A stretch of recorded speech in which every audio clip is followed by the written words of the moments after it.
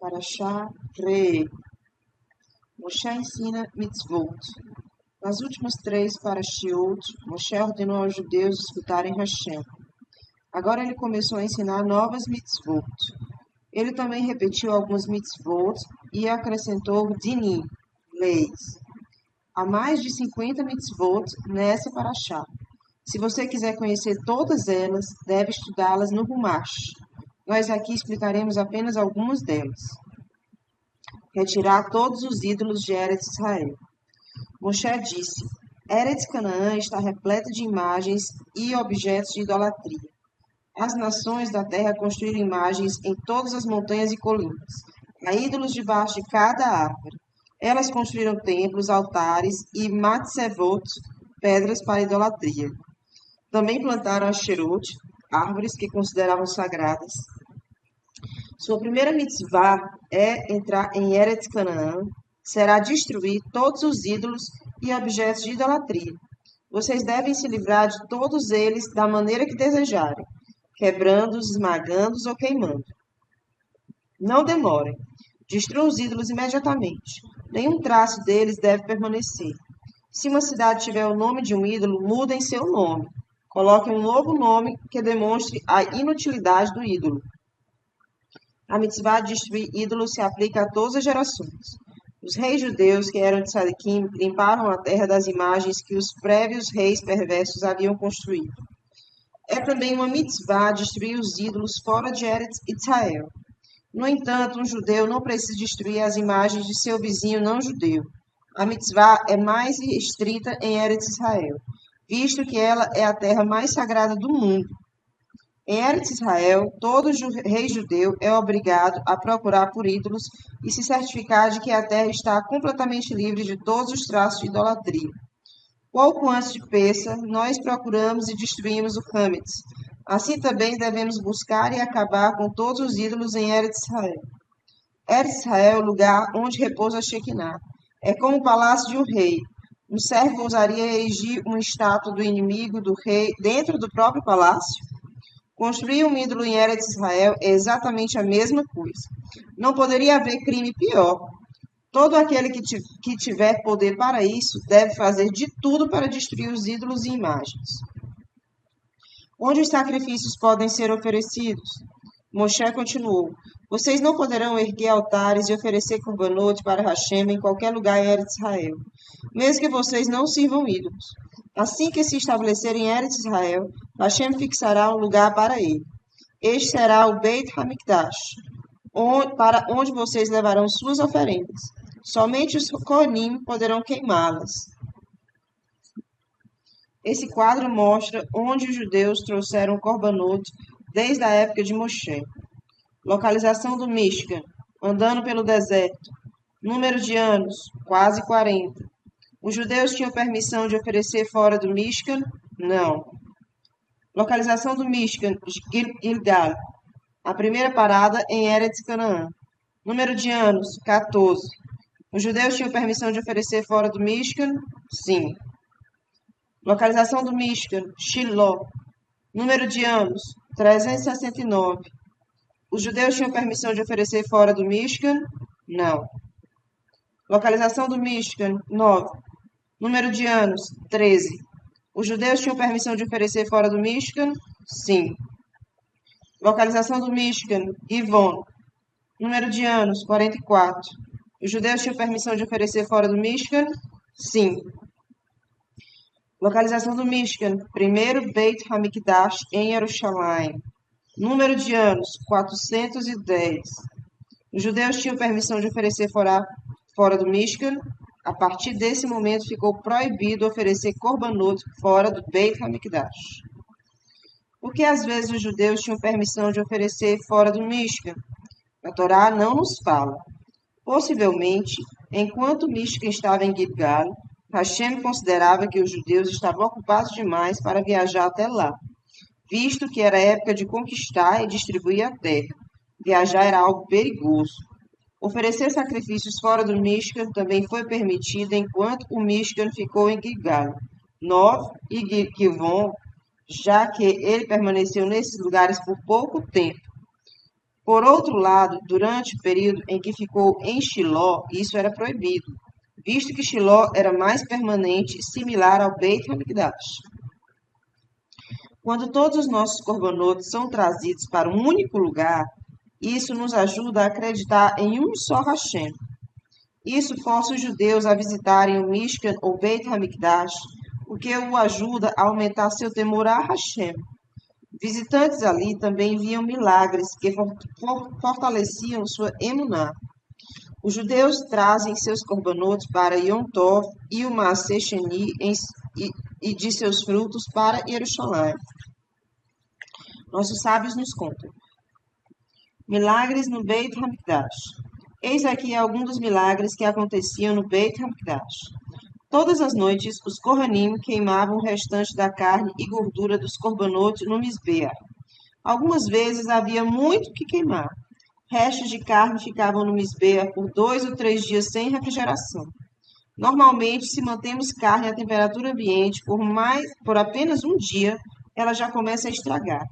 A carne no Mizbeach miraculosamente permanecia fresca. Todos os corbanotes eram abatidos na Azará, o pátio do Beit HaMikdash, que ficava do lado de fora. Poderíamos esperar uma aglomeração de moscas ao redor das mesas repletas de carne, ossos e sangue, mas a Azará era tão sagrada que nenhuma única mosca se aproximava dele. A chuva nunca apagava o fogo do Mizbeach de cobre no pátio, nem o vento afetava o pilar de fumaça que se erguia do fogo do Mizbeach. Em vez disso, a fumaça ia reta para o céu. A Azará estava sempre muito lotada quando os judeus se reuniam para rezar. Não havia 1 milímetro sequer de espaço livre. Em vez de se curvarem, como fazemos hoje durante a reza, os judeus na época do Beit HaMikdash se deitavam no chão, esticando seus braços e pernas. Como havia espaço para todos, o milagre acontecia. A Azará se expandia. Todos tinham espaço suficiente para se prostrarem no chão. Você se lembra do milagre do Lechem Hapanim? Estes eram filões de pão colocados sobre o churran todo o Shabat. Eles sempre permaneciam frescos e quentes até o Shabat seguinte, quando eram substituídos. Os Kohanim costumavam erguê-los e mostrá-los aos judeus que vinham ao Beit HaMikdash. Vejam o quanto Hashem ama vocês, eles diziam. Ele faz milagres para vocês. Judeus não podem comer sangue. Moshe já havia dito aos judeus que eles estavam proibidos de comer sangue. Agora ele os advertia. Sejam muito rigorosos com essa mitzvah. Não escutem seu Yetzer Hará se ele tentar persuadi-los a comer sangue. Parece estranho os judeus precisarem de outro lembrete para não cometer esse pecado. Por que um judeu desejaria comer sangue? Os egípcios costumavam matar animais e ingerir o seu sangue. Eles convidavam os Shedim, demônios, para se juntar a eles. Essa era a maneira de adorar os Shedim. Depois de comer o sangue, as pessoas conseguiam predizer o futuro. Quando Bnei Israel viviam no Egito, eles também copiavam essa prática abominável. Assim, junto com as suas outras advertências contra a idolatria, Moshe repetiu que os judeus eram estritamente proibidos de ingerir sangue. Matar animais e pássaros de acordo com as leis da Torá. Hashem ordenou. Existe apenas uma única maneira kasher de abater um animal para consumir, e é fazendo um corte em sua garganta. Hashem ensinou a Moshe o lugar exato onde o corte deveria ser feito. Hashem também acrescentou outros dinim. Um shohet é um judeu que abate animais de acordo com a lei da Torá. Ele deve conhecer os dinim muito bem. Deve checar a sua faca antes de fazer o abate, de modo que este transcorra facilmente. O que acontece se o shohet esquecer de verificar sua faca? Se a lâmina da faca tiver uma falha, o animal abatido não é kasher. Um animal morto que não foi abatido de acordo com a halahá, lei judaica, é chamado de ele não pode ser comido. Ser um shohet é um trabalho que exige responsabilidade. A melhor maneira de alguém se assegurar de estar comendo carne e frango kasher é conhecer o shohet pessoalmente. Se isso não for possível, por exemplo, quando uma companhia emprega vários shohatim Devemos descobrir se todos eles são pessoas honestas e tementes a Deus, que conhecem bem todos os dinim. Porque os animais que comemos devem ser abatidos dessa maneira especial? Hashem não nos disse o motivo. Tal lei é conhecida como Rock. No entanto, nós temos algumas explicações. A Shekinah faz com que uma grande quantidade de sangue saia do animal. A Sheritah faz com que uma grande quantidade de sangue saia do animal. Essa mitzvah nos ajuda a evitar a ingestão de sangue. O abate conforme a Torá é misericordioso e indolor. Hashem não quer que o animal sinta dor. Ao cumprir a mitzvah, porque Hashem assim ordenou, nos tornamos mais sagrados e nossas almas mais próximas dele. Falso profeta. Devemos obedecer o Navi de Hashem. Moshe advertiu: não escutem um falso profeta. Como sabemos quem é um falso profeta? Número 1. Alguém que afirma que um ídolo falou com ele é um falso profeta. Não devemos ter nada a ver com ele. Um Beit Din deve condená-lo à morte. Número 2. Um profeta que declara que Hashem nos ordenou parar de cumprir alguma mitzvah para sempre é falso. Ele poderia nos dizer: realizarei um milagre para provar que Hashem realmente falou comigo. Vejam essa árvore, ela começará a andar. E se a árvore de fato se mexer e andar para frente e para trás, devemos acreditar nesse profeta? A Torá diz: não. Moshe preveniu os judeus: não se impressionem com os milagres de um falso Navi. Este é um teste de Hashem. Se vocês não seguirem o falso Navi, vocês mostrarão que realmente amam Hashem. Na época do Tanar, os judeus tinham que ser muito cuidadosos para não dar ouvido aos falsos profetas. Uma história do livro de Melachim, Reis. O Navi verdadeiro e o falso Navi. Yarovam era um rei judeu mau. Ele construiu 2 altares fora do Beit HaMikdash. Isso era proibido. Hashem enviou o Navi Idô para dizer ao rei que corrigisse seu comportamento. Idô foi a Bet-El, onde ficavam os altares. O rei Yarovam estava ocupado queimando ketoret, incenso, no altar. Idô lhe disse: ouça a palavra de Hashem. Você está cometendo um terrível pecado ao queimar especiarias nesse misbeah. Como castigo, daqui a muitos anos, um rei removerá os ossos dos idólatras de seus túmulos e os queimará nesse altar, tornando-o tamê, impuro. Ele não mais poderá ser usado. Eis aqui a prova de que minha profecia é verdadeira. O misbeah se partirá em 2 e as cinzas que estão sobre ele se espalharão. Yarovam não queria ouvir essas palavras. Ele tentou esticar seu braço para agarrar o Navi. De repente, o braço do rei se tornou duro como uma tábua. Ele não conseguia mais movê-lo. Foi assim que Hashem o puniu por desprezar as palavras do Navi. Ao mesmo tempo, Hashem também dividiu o altar em 2 e espalhou as cinzas que estavam sobre ele, tal como o Navi dissera. Os milagres com o altar não motivaram o rei a fazer techuvá. Sua única preocupação era o seu braço inerte. Por favor, reze para Hashem, ele implorou ao Navi. Peça a ele que cure meu braço. Idô concordou. Ele esperava que se o rei fosse curado, ele faria techuvá. Hashem escutou a tefilá de Idô e o braço de Yarovam voltou ao normal. Yarovam sentiu que deveria honrar o Navi. Ele disse a Idô: venha ao meu palácio para jantar, eu também darei um presente a você. Idô respondeu: Hashem me proibiu de comer ou beber qualquer coisa aqui, nessa cidade. Só tive permissão de vir até aqui para contar minha nevoá a você. Hashem não queria que Idô aceitasse a hospitalidade das pessoas perversas de Bet-El. Os filhos de um falso profeta viram e ouviram sobre os espantosos acontecimentos no altar. Eles contaram tudo ao seu pai quando chegaram em casa. Quero me encontrar com esse Navi, disse o falso profeta. Ele seguiu pela estrada que Idô tomara e o encontrou sentado debaixo de uma árvore. Você deve estar com fome e sede, disse o falso profeta. Venha até a minha casa para se refrescar. Idô respondeu: Hashem me proibiu de comer na casa de qualquer pessoa em Bet-El. Mas eu sou um Navi como você, mentiu o falso profeta.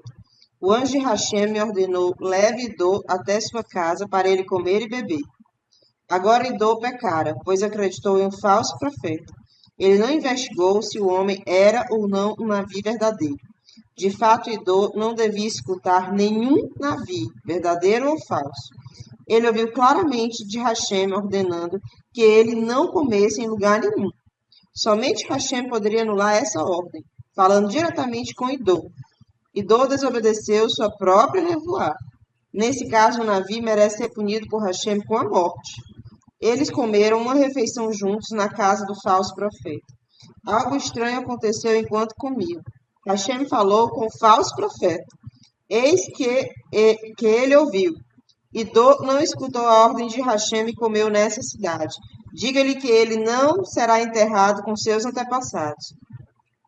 O falso Navi realmente não merecia ouvir a voz de Hashem, mas como ele havia cumprido a mitzvah de Har-Nassat Ohim, receber visitantes, Hashem lhe dera uma nevoá. As palavras de Hashem se concretizaram. Enquanto Idô voltava para casa, montando em seu burro, ele foi atacado e morto por um leão. O leão não devorou o corpo de Idô, mas sim ficou de guarda ao lado dele. Quem passava por ali se surpreendia com a estranha visão. Um corpo morto estirado na estrada, um burro ao seu lado e um leão tomando conta dos dois. O falso profeta ouviu sobre isso, e ele disse: Hashem puniu Idô, tal como ele me disse. Eu irei enterrá-lo. O falso profeta foi até o lugar onde estava o corpo de Idô. Ele enterrou o navio e ficou de luto por ele. Ele disse a todo mundo que Idô morrera porque havia transgredido a ordem de Hashem de não comer nem beber em Betel. O rei Yarovam também escutou sobre o castigo de Idô. Mesmo assim, ele não destruiu os altares fora do Beit HaMikdash. Ele continuou com seu comportamento perverso. No final, a família inteira de Yarovam foi destruída. Ao longo da história, várias pessoas declararam que Hashem falou com elas. Algumas até afirmaram ser Mashiach. Há mais de 800 anos, um judeu no Iêmen anunciou que podia fazer milagres. Ele viveu durante uma época de grande sofrimento para os judeus iemenitas. Esse judeu anunciou que era Mashiach. Ele parecia ser um tzadik, que desejava ajudar seus irmãos judeus. Ele os aconselhou a doar todo o seu dinheiro para tzedakah, a fim de tirar seus irmãos da pobreza. Até mesmo os líderes dos judeus iemenitas ficaram confusos. Será que ele realmente era Mashiach? Eles enviaram um mensageiro ao Rambam, que vivia no Egito, para pedir sua opinião. O Rambam respondeu com uma longa carta. Ele escreveu: Esse homem não é Mashiach, ele é um louco. Ele merece ser sentenciado à morte, pois é um falso navio. Ele predisse eventos que não acontecerão. Além disso, ele predisse eventos que não aconteceram. Além disso, ele também não é um Talmid Raham. Nossos Rahamim decretaram que não devemos dar mais que 1/5 de nosso dinheiro para a caridade. Se fizermos isso, nós é que empobreceremos e poderemos precisar de tzedakah. Qual foi o fim desse Mashiach? Ele foi preso pelo governo iemenita e teve permissão para escolher de que maneira queria morrer. Eu quero que cortem minha cabeça, ele disse. Vocês verão que eu continuarei vivo. O homem foi decapitado e é claro que morreu. Mas muitos judeus acreditavam nele tão fortemente que afirmaram: ele ainda se levantará e viverá novamente. Outro falso Mashiach que teve e ainda tem vários seguidores foi Yeshua, Jesus. Somente o judeu que não estuda a Torá pode pensar que ele era Mashiach. Yeshua foi condenado à morte pelo juiz do Beit Din. O instigador. Você notou que a maioria das mitzvot nessa paraxá nos adverte contra a idolatria? A idolatria é a pior das averot. Imagine a seguinte situação. Um menino cresce em um lar onde sempre foi cuidado com muito amor por seu pai. Ele recebeu comida, roupas, uma boa educação e muitos luxos. Um dia, quando o filho cresce, ele olha bem nos olhos do seu pai, cospe nele e diz: Você não existe para mim. Que chutzpah terrível! Uma pessoa que nega Hashem é muito pior. Hashem nos dá muito mais do que um pai de carne e osso poderia. Ele nos mantém vivos e faz com que possamos respirar, pensar, falar e se locomover. É por isso que a Torá é tão severa quanto a punição da idolatria. Mais grave ainda é influenciar os outros a praticar idolatria do que a própria pessoa servir a ídolos. Alguém que faz isso é chamado de Messite, instigador, e merece a pena de morte. Moshe advertiu: talvez um parente próximo se torne um Messite. Você pode dizer: eu não lhe escutarei e não servirei a ídolos, mas não vou contar a ninguém que ele tentou me influenciar a praticar idolatria. Isso é errado. Saibam que vocês devem divulgar a verdade sobre o Messite. Vocês não devem protegê-lo de jeito nenhum. Vocês poderiam pensar: não quero testemunhar contra ele, não quero ser o causador de sua morte. Isso também é errado. É uma mitzvah ajudar um Beit Din a executar um Messite. O Beit Din tem poder de sentenciar um Messite à morte, somente se duas testemunhas ouviram encorajar alguém a praticar idolatria. O que você deve fazer se ele falou somente com você e ninguém mais estava presente? Você deve usar um truque. Diga-lhe: eu tenho amigos que também escutariam o que você tem a dizer. Eu os trarei aqui para que você repita o que acabou de falar. Se o Messite se recusar a falar para duas pessoas, é mitzvah colocar duas testemunhas escondidas para ouvir suas palavras. Geralmente é uma mitzvah amar cada judeu. O Messite é uma exceção. Não devemos amá-lo e nem devemos sentir pena dele. Um Messite é pior do que um assassino. Um assassino tira a vida de uma pessoa somente aqui nesse mundo. Mas um Messite faz com que os judeus percam sua porção no Olam Rabá.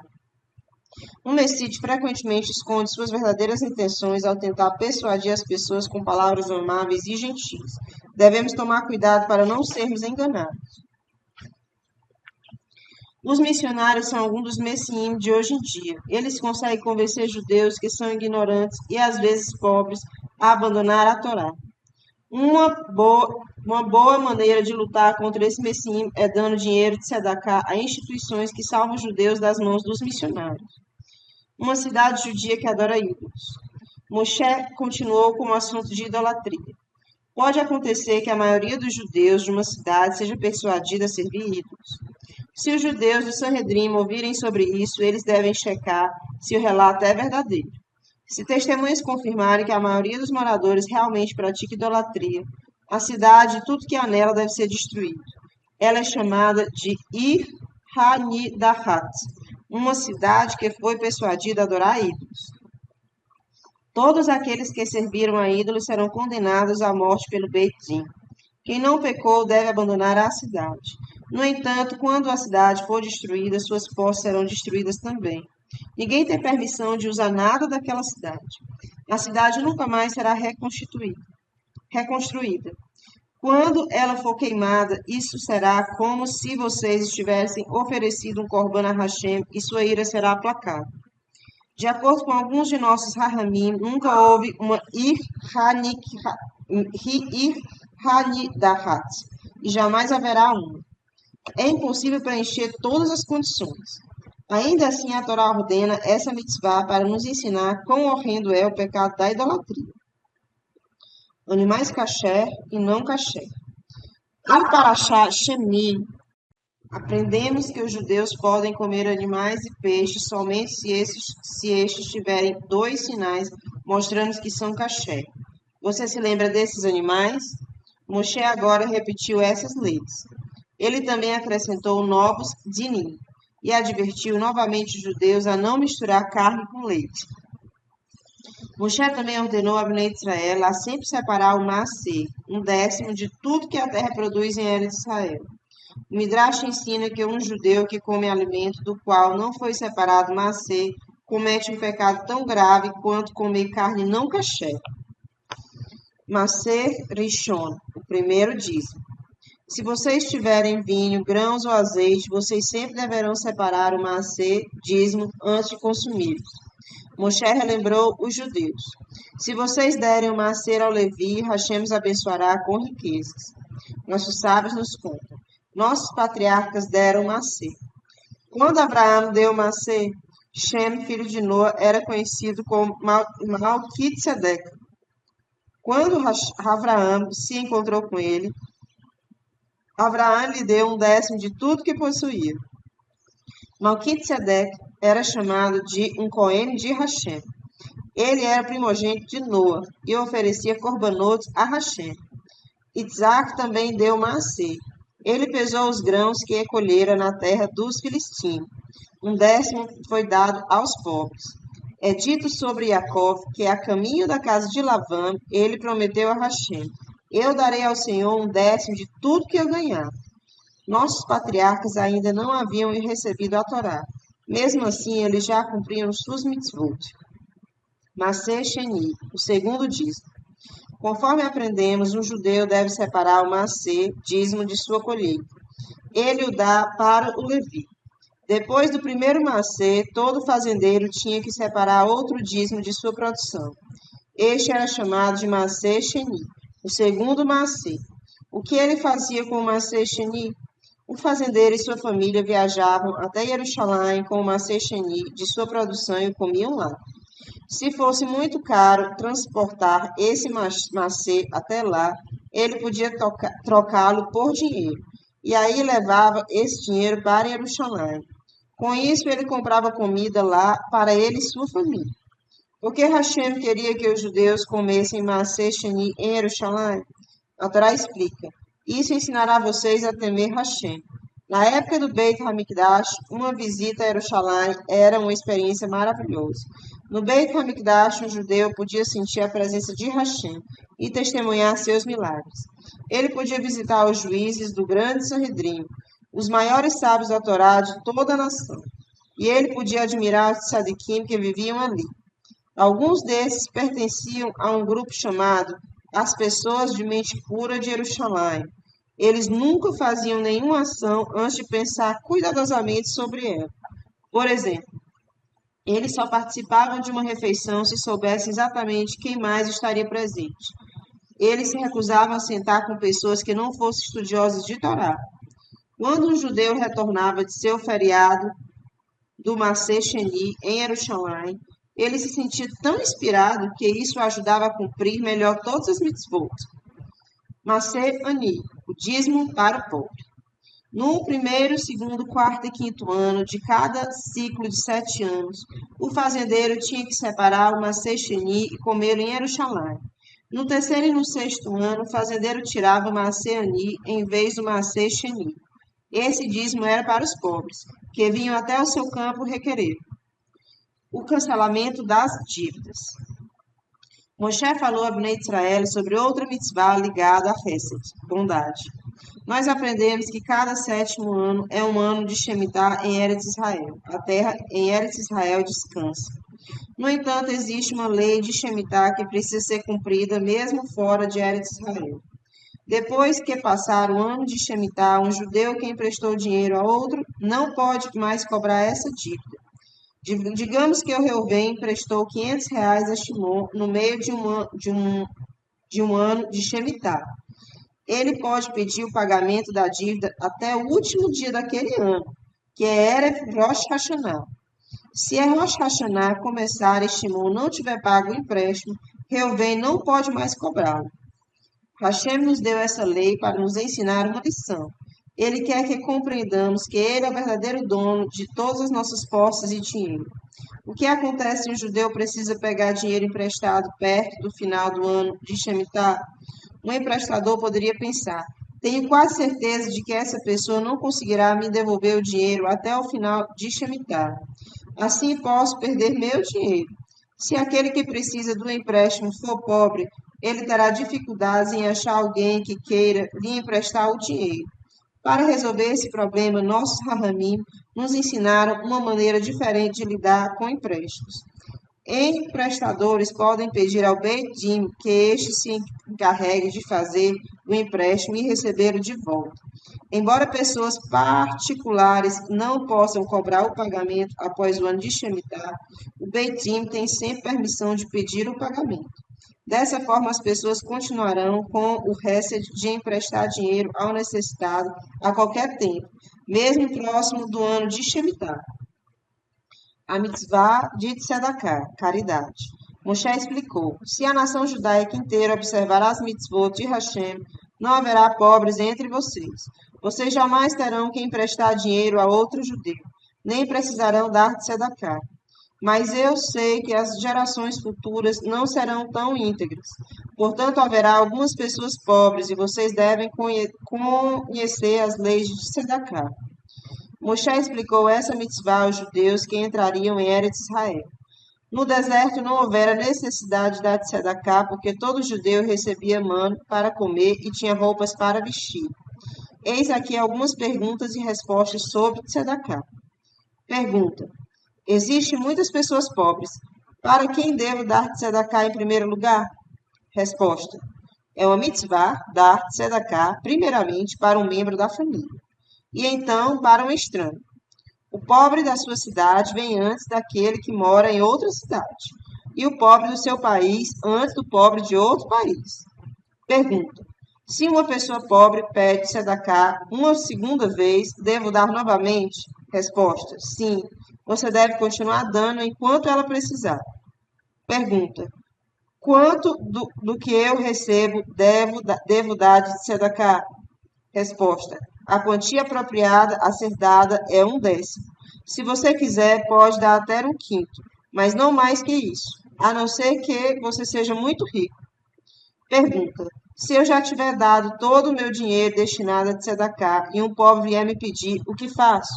Resposta: mesmo que você não tenha dinheiro, seja gentil com ele. Você pode se desculpar por não poder ajudar e fazê-lo se sentir bem. As bênçãos que uma pessoa recebe por animar um pobre são maiores do que as por dar de tzedaká. Pergunta: como dou de tzedaká a uma pessoa que está envergonhada em aceitá-la de mim? Resposta: ache uma maneira de poupá-la da vergonha. Por exemplo, você pode dizer que está lhe emprestando dinheiro. Mais tarde, deixe saber que você de fato não precisa do dinheiro de volta. Ou encontre um modo do dinheiro chegar a ela sem que ela saiba que foi você quem deu. O Midrash nos conta: o melhor tipo de tzedaká. Um judeu, nós o chamaremos de Netanel, criou um órfão em sua casa. Ele o vestiu e o alimentou, ensinou-lhe Torá e o preparou para ter uma profissão. Quando o menino Tzvi chegou à idade de casar, Netanel encontrou uma esposa para ele. Montou sua casa e lhe deu dinheiro para começar seu próprio negócio. Tzvi se mudou para outra cidade. Ele enviava cartas ao seu pai, mas não recebia nenhuma resposta. Netanel propositadamente não contava nada sobre si. Seus negócios não iam bem. Ele estava perdendo muito dinheiro. Ele esperava que as coisas melhorassem, mas cada dia a situação piorava. Finalmente, ele perdeu todo o dinheiro e precisava de ajuda. Netanel estava desesperado. Ele sabia que Tzvi lhe daria dinheiro. Bastava ele pedir. Mas ele estava com muita vergonha de aceitar de tzedaká da criança que ele criara. Quando ele não pôde mais aguentar, ele viajou até a cidade de Tzvi, onde Tzvi morava.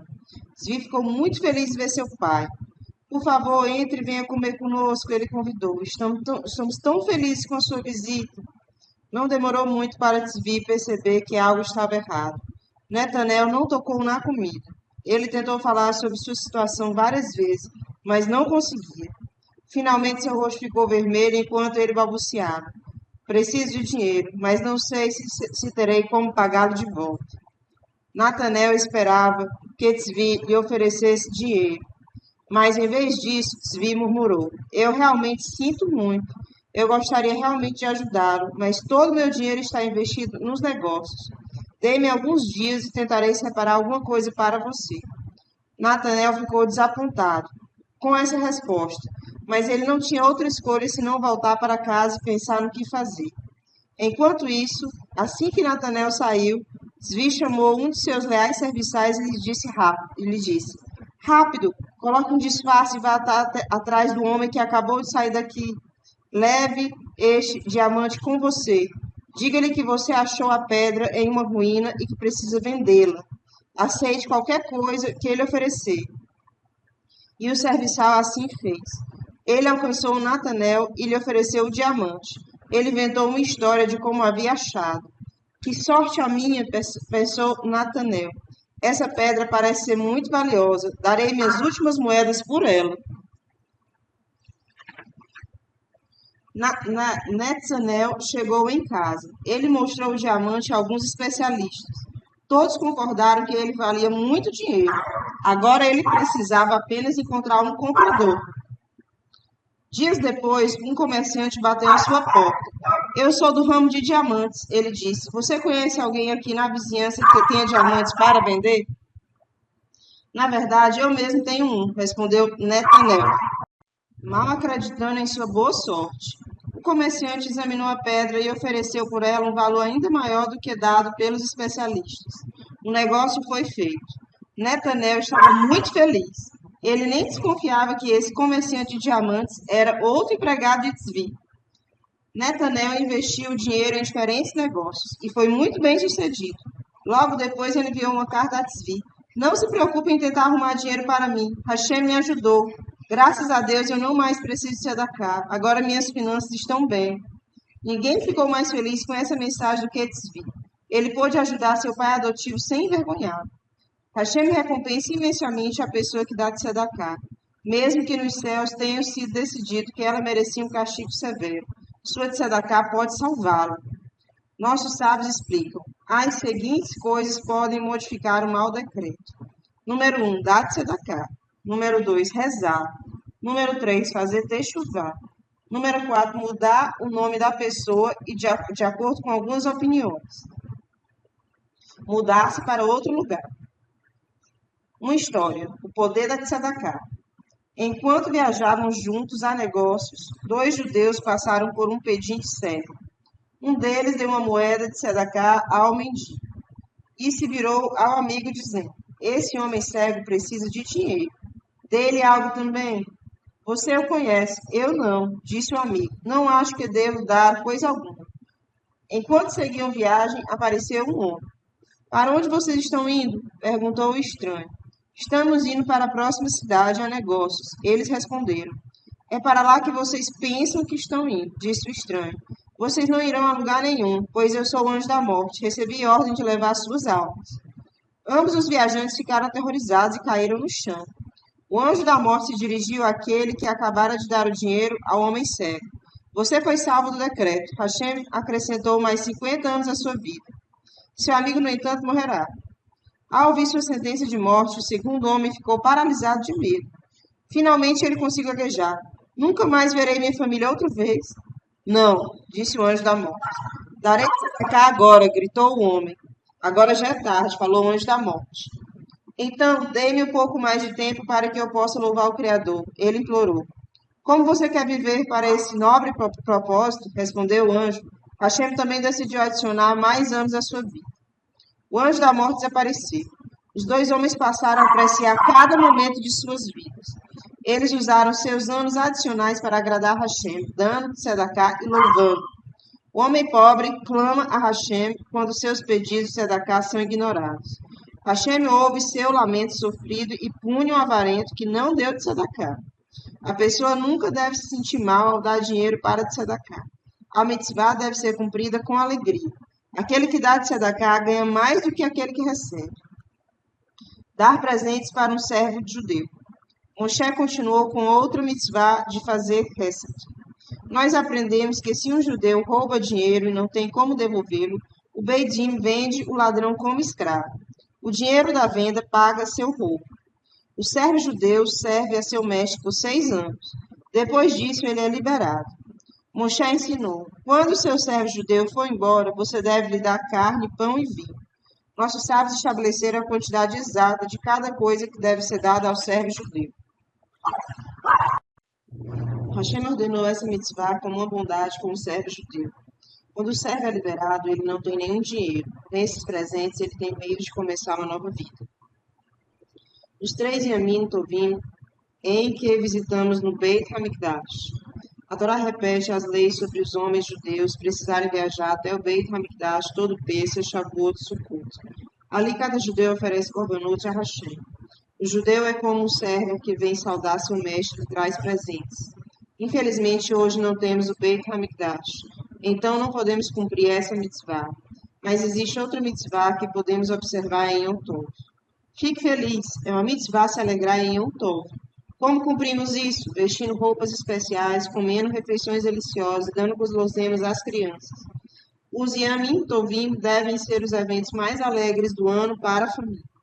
Os dias intermediários de Pêssah e Sukkot são chamados de Roel Hamoed.